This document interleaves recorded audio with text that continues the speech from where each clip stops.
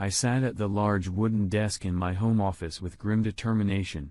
After reviewing my checklist for 10th time and making sure my plans were properly prepared, I leaned back in my chair, closed my eyes, and thought back over the past 2 weeks. Our first email exchange had occurred 12 days ago when I was traveling to Memphis on business. My email was sent to a sexy woman with the nickname, Ashley. Ashley is a member of a popular world-renowned cheater site. I was drawn to Ashley's profile. Her profile headline reads "Sweet and Married Wants to Explore." I am a 48-year-old married woman. I've spent over half my life being a loving wife and mother dedicated to my family, friends, and community. Now I selfishly want to explore sex with men other than my husband. I am incredibly discreet and will only date men who will play by my rules. If you are interested, take a chance and introduce yourself. With great interest, I wrote, "Hi. My name is Mike. I'm 39, married, and wanna stay married, well educated, and have a professional career. I work as a senior project manager in the computer hardware industry, and I'm currently overseeing a project near you. I commute to Hartford every week and will continue this schedule until the project is completed in 18 months. Physically, I am 61, 190 pounds with a trim and athletic build. I have short black hair and dark eyes. I am told I am a handsome man sexually. I tend to be dominant and like to take control. I am not looking for love. I get that at home. Instead, I am looking for rough physical and uninhibited sex. Like you, I am 100% discreet. I can meet in public at a location away from your hometown. This will give us the privacy you need and we can get to know each other in a safe environment. Further, assuming we decide that we are a good match and want to begin a close friendship, I will stay at a hotel when I am in town and invite you to my room. I would love the opportunity to get to know you via email and look forward to meeting you." After sending the email, I checked a few other profiles, but found no one more interesting than Ashley. After a short visit to the nearly empty hotel bar, I went to bed and fell soundly asleep. The next day was busy. My clients in Memphis had several technical meetings scheduled, and I was on the run until the early evening. I took 2 clients out to dinner at an upscale seafood restaurant. We were able to put the busy day behind us and enjoyed dinner. I grabbed a bourbon on the rocks as I walked through the hotel lobby and took the drink to my room. After changing into gym shorts and a t-shirt, I booted up my computer. A reply from Ashley had been sent through the website to my email. The letter read, "Hi, Mike. Thanks for introducing yourself. Your letter was much more informative than most of the ones I have received. Honestly, most right. Wanna get laid? Or something similar. Yours was refreshing. Thank you. More about me. I've been married to the same man for over 20 years. My husband works as an executive in the construction industry. He travels for business. And while he's away and only when he's traveling, I date. I'm a successful real estate agent. As usual in my industry, I have a chaotic schedule. With the right communication and planning, I can get dates during the day or early evening. I have been on this site for over a year and joined when my youngest child left for college. I admit that the combination of having an empty house, a husband who travels a lot, and a close divorced friend who brags about her many sexual exploits has given me a tendency to have affairs. I am attracted to you for several reasons.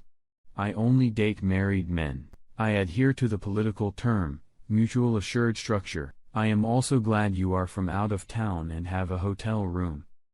3 of my past friends were local.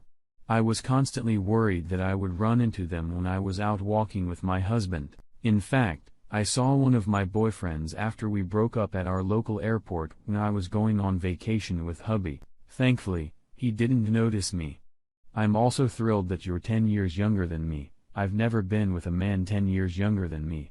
I've gotten thousands of emails on the site over the year. I've heard that women get many more than men. I've had online relationships with over 25 men and met 8 in real life over coffee. I've only had 6 affairs if you count the 3 one-night stands. The other 3 relationships lasted several months each, and they were all exciting in different ways. I have a few questions for you. Do you currently have any other women other than your wife? What do you dislike about online interactions with women? Is this your first romance? What do you look for in a partner? I want you to understand that we will need to get to know each other through the post. I won't jump into bed in a few days. I can also promise you that I am worth the effort. I'll look forward to further communication. I didn't want to seem pushy, so after reading Ashley's email, I turned off my computer and headed to the hotel gym. I ran on the treadmill for 30 minutes, lifted dumbbells, and did pull-ups afterward before heading back to my room and getting into bed. The next morning at 6 o'clock, I arrived at the Memphis airport and flew home. I stopped by the office for a couple hours to take care of some urgent business. As we planned, I met my wife Bonnie at a local bistro along with longtime friend Kelly and her sex buddy of the week. Dinner and drinks were great. The company was barely tolerable. I didn't like Kelly. She was a slut who hated men. As we left the restaurant parking lot, Bonnie knelt in the front seat, leaned over the console and zipped my pants. The ride home took a little over 30 minutes, and Bonnie spent the entire time slowly bobbing her head in my lap. Saturday, I woke up early and with a pot of coffee headed to my home office to finish up all the end-of-the-week paperwork. I knew Bonnie would be in bed for the next few hours, so I felt safe opening my email and replying to Ashley. Good morning, Ashley. I apologize for the delay in replying. I flew home yesterday morning, spent the afternoon at the office and had a date with my wife in the evening. Since we are both very cautious, can we agree that we won't be upset if responses are delayed? I would hope so. To your questions, I am currently not affiliated with anyone. I've overseen 6 small projects in the last 3 months. I haven't spent much time in any city, and as a result, I haven't sought out a friend with benefits. Our group has fully completed 4 projects, and I was assigned the newest one in Hartford. The Hartford project is very extensive and requires constant on-site supervision. I will be visiting you often. In the evenings, I will have the opportunity to host a guest at the hotel on a regular basis. I started dating 7 years ago and have had a total of 16 bears. 5 of them were one-night stands, 8 lasted a few months, and 3 went on discreetly for a year or more. What do I like the least? Liars. I've gotten into the habit of being forthright and honest. If I don't want to answer a question, I'll let you know. I won't lie. All the one-night stands included incredible sex with women seeking permanent friendship. But, alas, they all disappeared after the first date. My husband has been away all day and will be home soon, so I'm going to make a deal with you. I'm sending an anonymous, faceless picture so you can get a good look my hot, old lady body. I hope you like it. The photo was very sexy and showed Ashley from the neck down. She was wearing a wet white t-shirt, similar to what girls wear to wet t-shirt competitions on spring break. The thin, almost transparent shirt clung to her hard nipples and firm round tits. The shirt ended just above her flat stomach. Ashley's lower half of her body was covered by a tiny black thong. She looked amazing. As usual, Monday morning was busy with updates and planning meetings. I had to get everything done by the end of the day. The next morning I was leaving town. After lunch, I closed my office door and replied to Ashley. Wow. You are a very attractive woman. It's hot, it's freaking hot. I'm flying to Hartford tomorrow, and I should be satisfied knowing you're close and continuing your correspondence. That will be enough for today. In my first letter, I gave my general description. I am also happy to report that I exercise daily. I run 20 miles a week and lift weights every other day. I am toned and have some definition in my arms, shoulders, and chest. I'm sorry this letter is so short. Work is intense today, and I need to get to my next appointment. I've attached some pictures. 4 of the photos were very provocative. The first was from the neck down, emphasizing a gym-tightened body in sweat-wet shorts and a t-shirt. The next picture was about the same pose, but naked with an erection. The third picture showed a long thick erect penis between the lips of a very sexy African-American woman. The last picture showed the same woman with her lip pressed against her flat groin. I added the PS to my letter and wrote, I too think sex in black and white is erotic. Because of my travel schedule and problems with finalizing the project, my day was filled. The next 2 days, I worked late. On those days, I didn't open my email. When I did, I found 2 emails from Ashley. She wrote to me on Monday night, "Your letters are making me horny. I really slept well, just like your pictures of you with that sexy black woman." I kept one trophy picture of each of my novels. They're anonymous, but I think they're so damn hot. I stashed them in a subdirectory on my work computer and sometimes look at them and masturbate when I need to come. I've attached each of the trophies. I hope they make you horny and hot for me. Attached to the letter were 6 pictures. In each one, Ashley was on all fours with another man sitting behind her. On Wednesday morning, Ashley wrote again, "My mind is clouded with lust as I have been waiting for your next letter. I am going crazy knowing you are in the Hartford area. I was wondering what hotel you stay at when you come here on business. Yesterday, my company signed contracts for 3 new listings. I visited each of them to familiarize myself with the homes. As I walked through each house, I imagined that you were a potential client. I used my fingers in every bathroom in the house and touched myself thinking about having sex with you. Tell me, what do you hope our first date will be like? I took 3 very dirty pictures for you. The pictures were amazing. My guess is that Ashley set her phone camera on in the bedroom and pointed it at the bed. I was going to meet 3 coworkers at the hotel bar for a late-night drink. Before I left, I took a picture of my computer screen with the 3rd picture of Ashley on the screen. I wrote, I can't wait to see you. I'll write a much longer letter later." After a quick drink with my team, I went back to my room. I texted Ashley. "I'm staying at the Marriott Hotel near the convention center in downtown. The hotel is fairly new and has 2 good restaurants and 2 bars. The parking lot is great. After 6 p.m., only guests in the lobby. The Marriott is not a hangout for locals, so it would be unusual for my partner to run into someone she knows. As a real estate agent, you can tell anyone you're meeting a client. However, if we decide to have an affair, I'll stay at any hotel you want. I can stay anywhere. Ashley, our emails have gotten very explicit. I'm glad you're excited, and I hope you're starting to think about getting together. You asked about our first date. Let me tell you about it.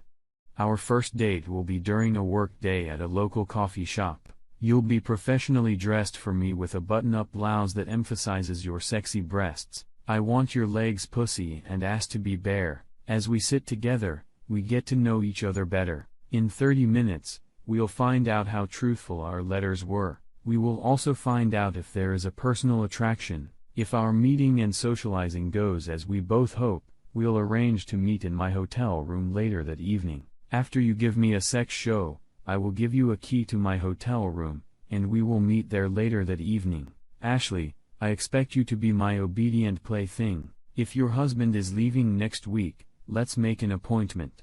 When is he leaving? While I was texting Ashley, she responded to my earlier picture and email. "You are such a sexy and exciting man.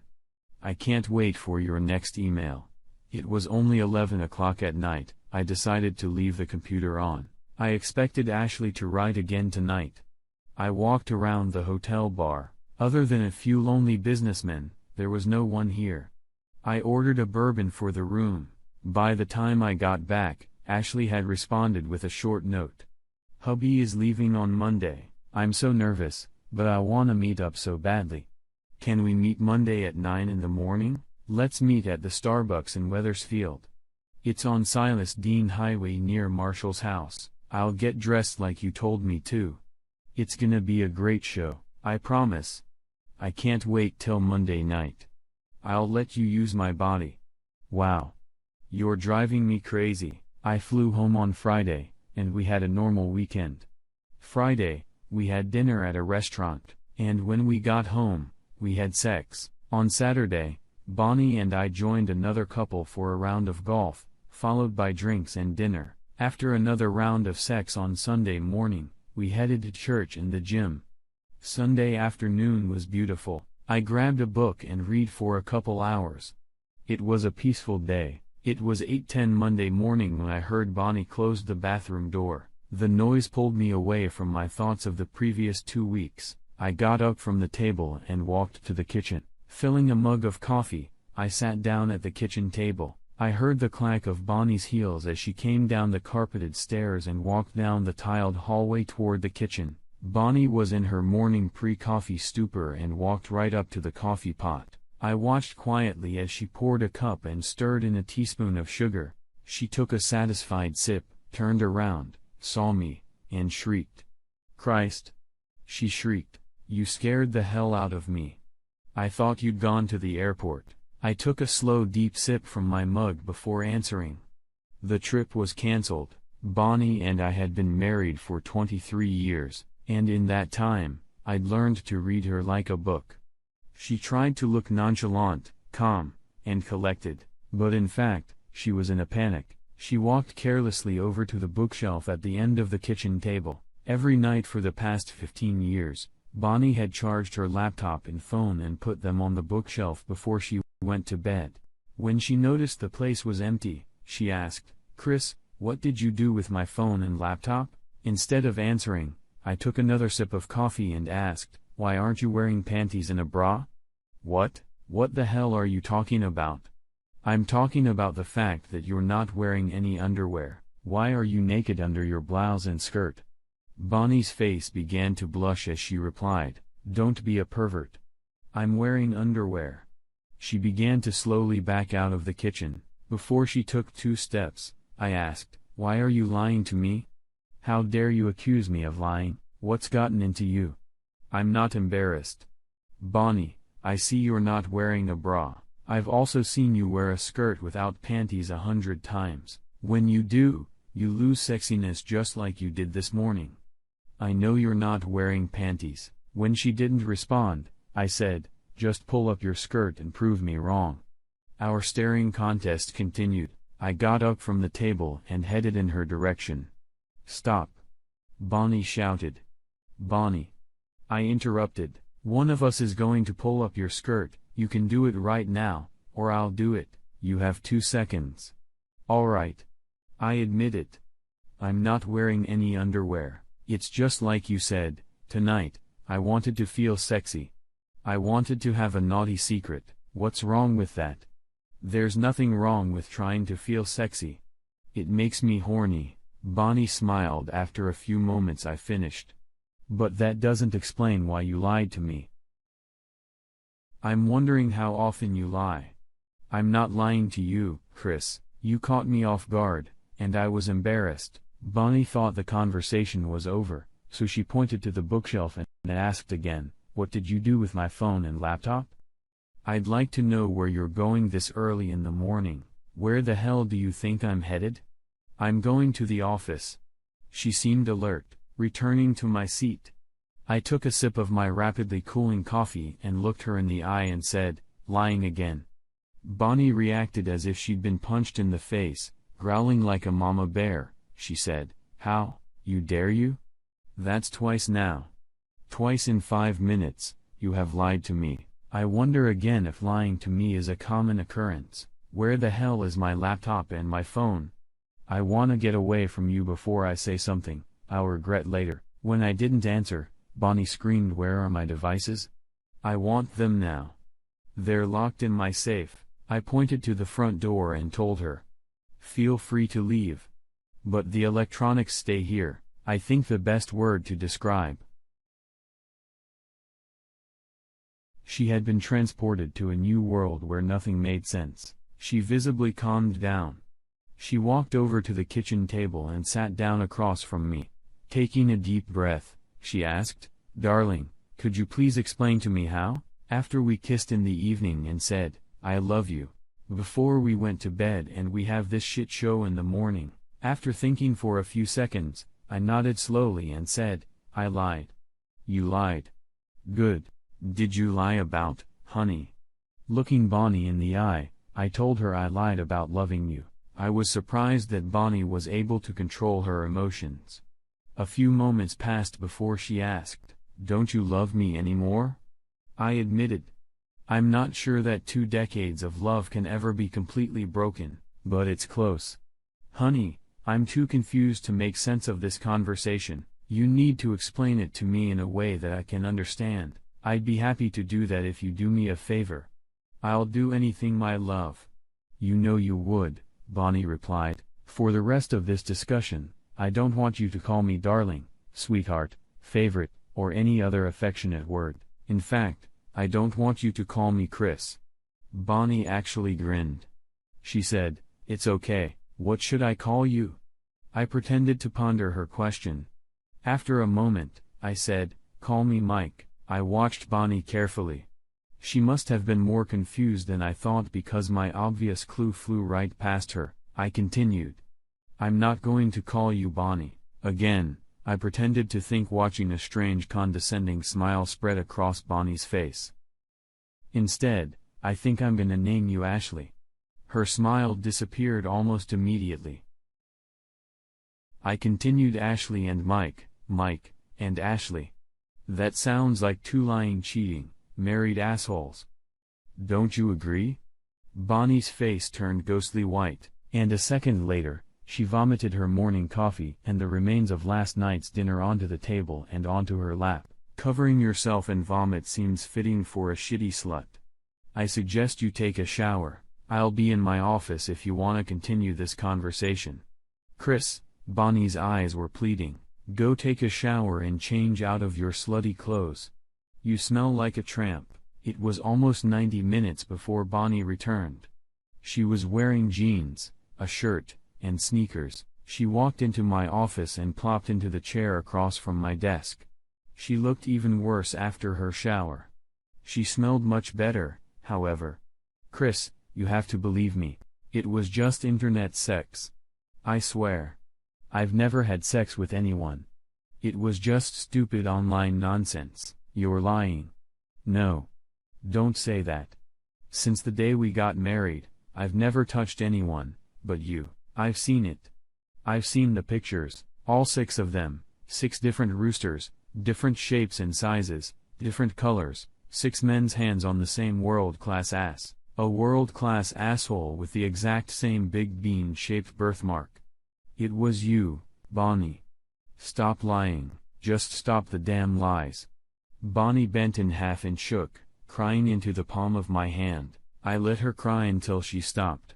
She was about to say something, but I held up both hands to stop her. Now it was my turn to speak. I pulled out a desk drawer and pulled out small stack of papers and held it across Bonnie's desk. What's this? She asked. It's my divorce petition. No. Bonnie screamed. I don't want a divorce. Bill Murphy is filing the petition today. If you don't go into his office and officially sign a copy of the petition, you'll be served by the end of the week. What don't you understand? Don't want divorce. I took all the money from our vacation fund.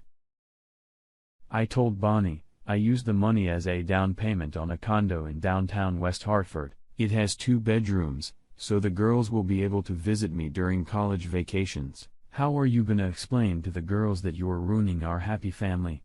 It's easy, Bonnie. I'm going to tell them that their mother has been a lying, cheating wench with at least 6 men in the last 2 years. You have to understand, Bonnie pleaded. The kids are grown and living on their own. You're always on the road. I was bored. I needed some excitement. It was just sex. It didn't mean anything. Let me try to understand. So it's the kids' fault and my fault that you became an online prostitute. I didn't say that. She shouted. Please stop calling me those horrible names. I laughed at the last comment and reminded Bonnie. You texted Mike that you wanted to be a prostitute. Those are your words, Bonnie. You said. Bonnie asked, how did you know? I was so careful. You were careful, and you never let me know that you hated me so much. Bonnie almost jumped up from her chair, but leaned back and cried when I brushed her off. You were careful, but your last sex buddy wasn't.